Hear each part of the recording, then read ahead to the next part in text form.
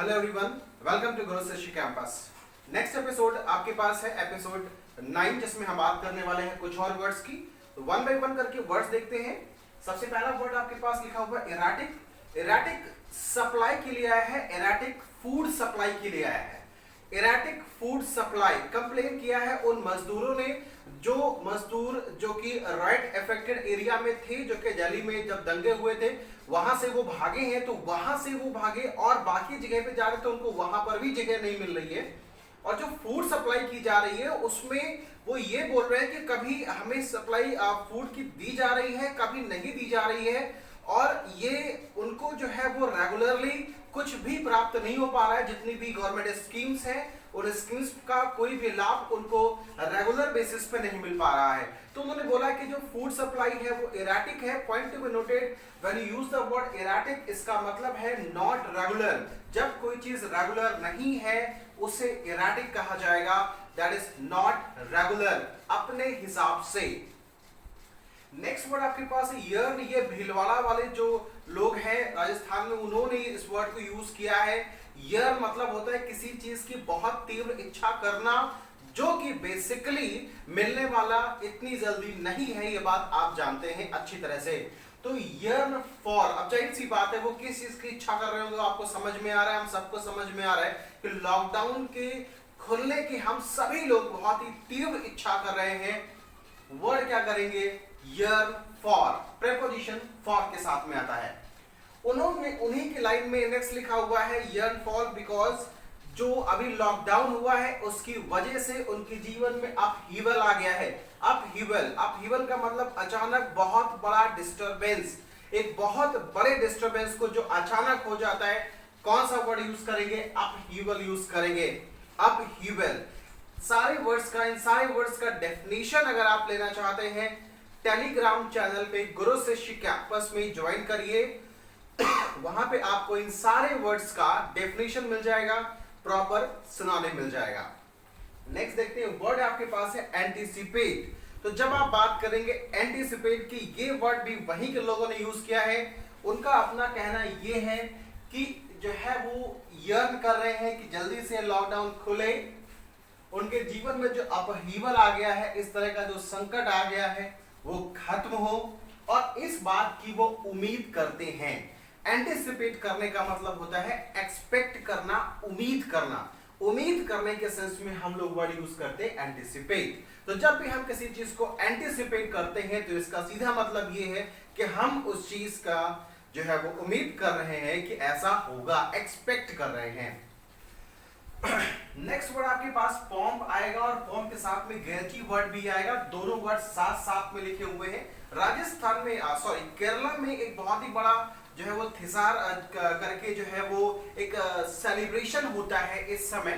तो वो काफी भीड़ होती है, लेकिन इस बार जो है वो बहुत ही सादे तौर पे मनाया जा रहा है। इसलिए न्यूज़पेपर लिखता है no pomp and gaiety. That means pomp का मतलब बहुत ही ज्यादा दिखावा, नए कपड़े जो लोग पहनते हैं, बहुत अच्छा जो श्रृंगार होता है, वहां पे बहुत सब कुछ सजाया जाता है, डेकोरेशन होता है, उसे पॉम्प कहा जाता है।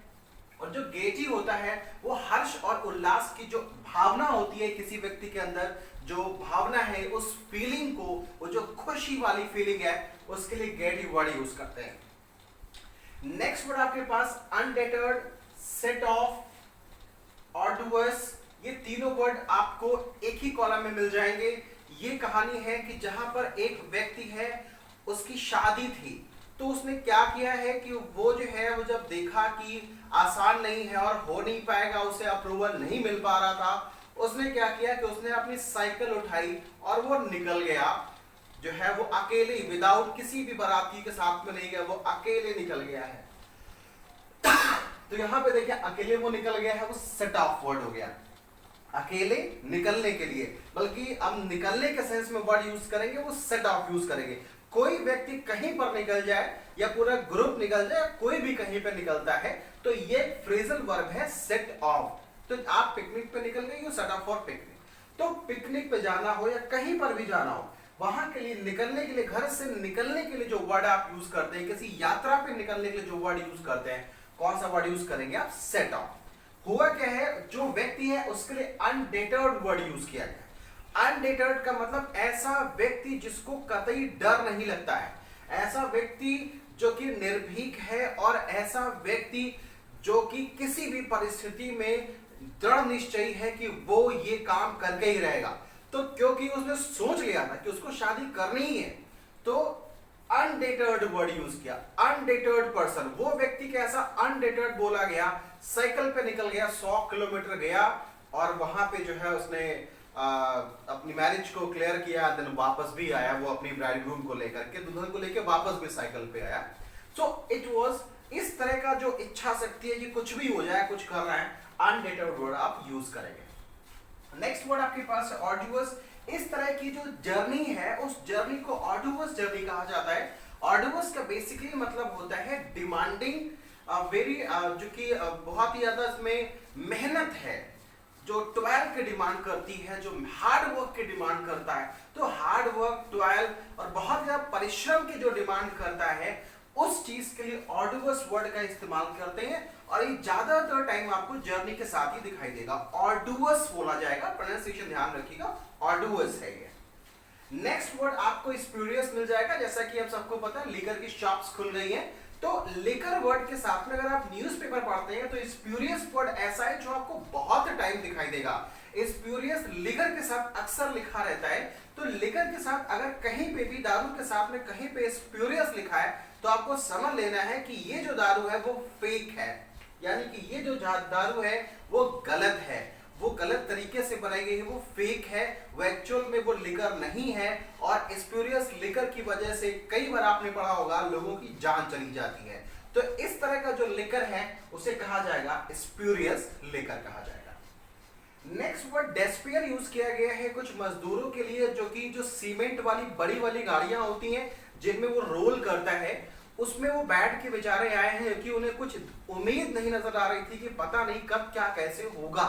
तो इस वजह से क्योंकि ट्रांसपोर्टेशन कतई बंद है, तो कुछ उन्हें क्लियर नहीं था, डेस्पेयर उन मजदूरी के लिए इस्तेमाल किया गया है। डिस्पेयर मींस होता है निराशा, पूरी तरह से जब व्यक्ति निराश हो जाता है तो हम ये कहते हैं व्यक्ति जो है वो डिस्पेयर हो गया, निराश हो गया। तो उन मजदूरों के लिए जो शब्द न्यूज़पेपर ने यूज किया है वो डिस्पेयर यूज किया है। The next word you have is sedition. Sedition याद रखिएगा, न्यूज़पेपर में अक्सर मिलता रहेगा, क्योंकि हमारे इंडिया में बहुत से ऐसे लोग हैं जिन पे सेडिशन चार्जेस लगते रहते हैं। सेडिशन चार्जेस लगने का मतलब होता है राजद्रोह या राष्ट्रद्रोह के जो है क्या मुकदमा लगना, यानी कि ऐसे लोग ऐसे कर्मों के लिए सेडिशन लगाया जाता है जो कि राष्ट्र के विरुद्ध होता है, जो कि कंट्री के विरुद्ध होता है। तो अगर आप ऐसा कोई काम करते हैं जो कंट्री के विरुद्ध है, जो राष्ट्र के विरुद्ध है, तो आप पे कौन सा मुकदमा लगेगा? सेडिशन लगेगा, सेडिशन चार्जेस, राष्ट्रद्रोह। Is clear? नेक्स्ट वर्ड आपके पास है इंटीमेशन। इंटीमेशन जो है वो डिपार्टमेंट्स ने बोला है कि we don't have any intimation. तो जब इस तरह से कोई बात कही जाएगी इंटीमेशन, तो इंटीमेशन का मतलब होता है इंफॉर्मेशन। इंफॉर्मेशन को लिखने का ये एक और अच्छा फॉर्मल तरीका है इंटीमेशन। तो आप बात करेंगे इंटीमेशन की, it is nothing just information. ये क्या है? इंफॉर्मेशन है और कुछ नहीं है, intimation. The next word you have is word autopsy. दो वर्ड होते हैं, जब व्यक्ति कोई मर जाता है और तब उसकी पोस्टमार्टम करके ये पता लगाते हैं कि वो क्यों मरा, तो उसे ऑटोप्सी कहा जाता है।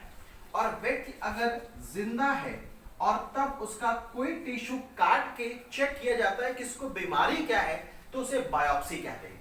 Autopsy is a postmortem to know the cause of death, and biopsy जो जिंदा व्यक्ति है उसका टिश्यू को जांच करते हैं to know what is the cause of the disease, बीमारी का क्या कारण है। नेक्स्ट वर्ड आउस्ट है। अक्सर ये वर्ड भी पेपर में आता रहता है जब भी किसी देश में कोई ऐसी प्लानिंग करी जाती है कि जो वहां का मुखिया है, जो वहां का प्रेसिडेंट है, जो वहां का पीएम है, उसको उखाड़ फेंकने की बात होने लगती है, तो वहां पे वर्ड अक्सर यूज किया जाता है oust. Oust means basically what that means to expel, बाहर कर देना, बाहर निकाल देने के लिए वर्ड है। सत्ता से बाहर निकाल देने के लिए शब्द यूज करेंगे आउस्ट। आउस्ट ध्यान रखेंगे, खुद से नहीं छोड़ा गया है, जबरदस्ती मजबूर किया जा रहा है व्यक्ति को उसका पद छोड़ने के लिए। नेक्स्ट वर्ड सीजन्ड है, ये आपको कला वाले कॉलम में मिल जाएगा, आर्ट वाले कॉलम में मिल जाएगा। अक्सर जो आर्टिस्ट होते हैं उनके लिए सीजन्ड वर्ड का इस्तेमाल किया जाता है। सीजन का मतलब होता है अनुभवी, वेटरन, जो बहुत ही अपने क्षेत्र का बहुत ही अनुभवी, बहुत ही माहिर व्यक्ति होता है, उसके लिए जो वर्ड यूज करते हैं वो सीजन यूज करते हैं। So it's all about today's class. इन सारे वर्ड्स का definition and synonym Telegram channel पे गुरु शिष्य कैंपस के नाम से जो मेरा चैनल है वहां पे अवेलेबल है, आप ले सकते हैं, वहां पे जाकर के पीडीएफ ले सकते हैं। बने रहिए मेरे साथ इसी चैनल पे। Thank you very much.